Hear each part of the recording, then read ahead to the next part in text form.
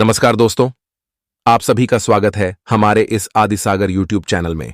दोस्तों, कुछ ही दिन बचे हुए हैं दीपावली के त्योहार। तो दीपावली और धनतेरस में क्या खरीद करके लाना चाहिए जिससे हमारी अध्यात्म उन्नति हो, हमारी खाली झोली भर जाए, अर्थात हमारी जो दिन हीनता है वह दूर होकर के हमारी गरीबी मिटते हुए हम नजदीक से अपनी अमीरी को देखें और हम धन वैभव से परिपूर्ण बने रहें। वीडियो ध्यान से देखना।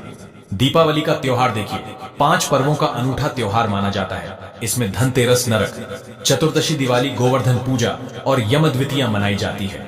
यम द्वितीय को भाई दूज के नाम से भी जानते हैं। तो दिवाली की रात्रि में कई प्रकार की आप सभी दर्शकों को जरूर पता होगा, तंत्र मंत्र से मां लक्ष्मी की हम पूजा अर्चना करते हैं। इसके बारे में मैं एक वीडियो भी बना दूंगा। आप जो है इससे सुख समृद्धि और धन लाभ की कामना कर सकते हैं। लेकिन कुछ ऐसी सामग्री है जिसे आप अपने घर में खरीद करके लाते हैं तो ये आपके घर में अन्न धन एवं सुख समृद्धि की बढ़ोतरी करते हैं। और हो सके तो इसे तेरस के दिन खरीदना चाहिए, धनतेरस के दिन खरीदना चाहिए। माता लक्ष्मी का पूजन पर्व दीपावली के 2 दिन पहले धनतेरस का त्योहार मनाया जाता है। इसे धनवंतरी त्रयोदशी भी कहते हैं। और इस दिन जो वैद्य धनवंतरी है कुबेर जी महाराज, हम इनकी पूजा अर्चना करते हैं। जो धनवंतरी है इन्हें वैद्य कहा जाता है। अब इन्हें वैद्य क्यों कहा जाता है? क्योंकि समुद्र मंथन से अमृत को लेकर के धनवंतरी ही उत्पन्न हुए थे। और जितने भी देवताओं को रोग होते हैं, देवताओं को जितनी भी परेशानियां होती हैं, बीमारियां होती हैं, उन सब को ठीक करने वाले धनवंतरी महाराज कहे गए हैं। तो इस दिन कुबेर जी महाराज, माता लक्ष्मी इन सबको खुश करने के लिए सोने या चांदी से बने हुए बर्तन खरीद सकते हैं। इसे बहुत ही शुभ माना जाता है। इस वीडियो में मैं आप लोगों को बताऊंगा कि हमें घर में त्रयोदशी अर्थात धनतेरस के दिन क्या खरीद करके लाना चाहिए, दीपावली के दिन क्या खरीद करके लाना चाहिए जिससे हमारी आध्यात्मिक उन्नति हो। वीडियो ध्यान से देखना। केवल आपके पास पैसे नहीं है तो 2 रुपए की यह चीज खरीद करके ले आना, आपकी खाली झोली भर जाएगी। इस वीडियो में मैं आप लोगों को सारी जानकारी विस्तार से बताऊंगा। वीडियो को ध्यान से देखना। अगर वीडियो आज की छोड़ करके चले गए आधे बीच में तो बिल्कुल ही मित्रों, आपको बाद में चल करके काफी पछतावा होगा। क्योंकि इस प्रकार की जानकारी हमारी गरीबी को मिटाती है। इस प्रकार की जानकारी बहुत ही कीमती होती है। अगर आप भी माता लक्ष्मी को काफी मानते हैं तो कमेंट बॉक्स में जय माता लक्ष्मी जरूर लिखना। मैं जो लाने की सामग्री बताऊंगा, आप इसे या तो धनतेरस के दिन खरीद करके लाइए या फिर दीपावली के दिन खरीद करके लाइए। दोनों दिन ही काफी शुभ होते हैं। मैं जो सामग्री बताऊंगा ये बहुत ही कम सस्ते में मिल जाएंगी। और कुछ सामग्री मैं आप लोगों को आने वाली एक और इसका पाठ बना करके फ्री में बताऊंगा। जड़ी बूटी के बारे में बताऊंगा। आप सभी दर्शकों को पता है जड़ी बूटी में काफी पावर होती है। वो धन दौलत को चुंबक की तरह खींचने का काम करती है। सर्वप्रथम इस वीडियो में जानते हैं कि धनतेरस से पहले हमें क्या नहीं करना चाहिए, या फिर दीपावली से पहले हमें कौन से कार्य को करने से रुक जाना चाहिए। तो सर्वप्रथम आप इस बात का विशेष ध्यान रखना, फटा हुआ कैलेंडर अपने घर में मत लगाना। फटा हुआ जो कैलेंडर होता है ये समय का सूचक होता है। कभी भी खराब समय को अपने घर में नहीं रखना चाहिए। अगर आप खराब समय को अपने घर में रखेंगे, बंद घड़ी को अपने घर में रखेंगे, तो ये आपकी अध्यात्म उन्नति में बाधा उत्पन्न करेंगी और रोग पैदा करेंगी। आपकी कभी फिर अध्यात्म उन्नति नहीं हो पाएगी। बिल्कुल ही आप जिस भी कार्य को छुएंगे उस कार्य में आपको असफलता मिलनी शुरू हो जाएगी। और देखिए, जो कैलेंडर होते हैं इस दरवाजे के आगे या पीछे कभी भी भूल करके मत टांगना। इससे व्यक्ति के जीवन में काफी बुरा असर पड़ता है। कैलेंडर कभी भी पीछे माह पर मत रखना। जैसे कि अभी अक्टूबर चल रहा है तो अपने इसे सितंबर माह को रख करके रखा है, तो इसमें आपको काफी समस्याओं को झेलना पड़ सकता है। आप समय से 1 महीना पीछे चल रहे हैं। दोस्तों, आप माने या न माने, लेकिन मां लक्ष्मी धनतेरस के दिन और दीपावली के दिन प्रत्येक मनुष्य के द्वार पर जरूर आती हैं। और ऐसा कहा गया है हमारे धर्म शास्त्रों में, जिस घर में कूड़ा हो कचरा हो, उनके बाहर में कूड़ा हो कचरा हो, ऐसे घर में मां लक्ष्मी कभी भी प्रवेश नहीं करती है। जिस घर में साफ सफाई हो, घर का वातावरण शुद्ध हो, ऐसे स्थान पर मां लक्ष्मी स्वतः ही खींची चली आती है। ऐसे घर में बिना पूछे ही प्रवेश कर जाती है। अगर आप चाहते हैं कि आपके घर में मां लक्ष्मी प्रवेश कर जाए तो घर के बाहर कूड़ा कचरा एवं किसी भी प्रकार की गंदी चीजों को नहीं रखना। और यह भी कहा जाता है जिस घर के बाहर गंदी चीजें हो या फिर घर के अंदर में कूड़ा हो कचरा हो, ऐसे घर में मां लक्ष्मी की बजाय उनकी बहन दरिद्रता प्रवेश कर जाती है। जिस घर में दरिद्रता प्रवेश कर जाए ऐसे घर में केवल दुख एवं तकलीफ आती है, क्योंकि दरिद्रता के साथ में दुख एवं तकलीफ चलती है।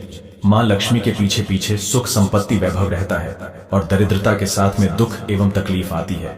तो आप सभी दर्शकों को जरूर पता होगा जो व्यक्ति दरिद्र होता है, ऐसे व्यक्ति के घर में दुख और तकलीफ ज्यादा होती है। मकड़ी का जाला हो घर में से इसे बिल्कुल ही हटा देना चाहिए। टूटी फूटी आपके घर में कोई सामग्री है, इसे भी आप बिल्कुल ही हटा दीजिए।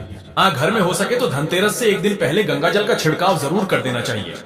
ऐसा माना गया है गंगाजल की एक बूंद पापों का समन करने वाली कही गई है, घर को पवित्र करने वाली कही गई है, स्थान को पवित्र करने वाली कही गई है।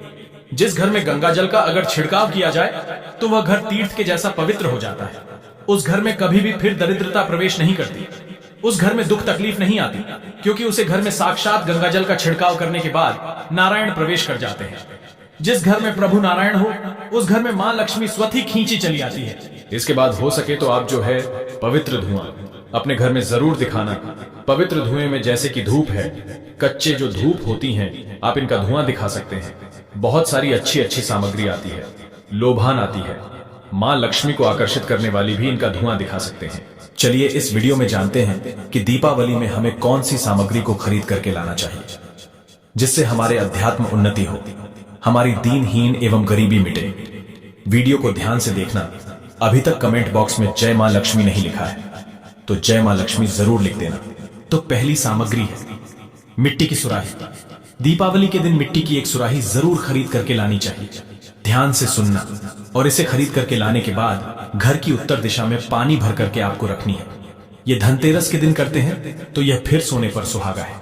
अगर आप ऐसा करते हैं तो आपके घर में कभी भी पैसों की कमी नहीं होती है। आप सुराही की जगह घड़ा भी ले सकते हैं।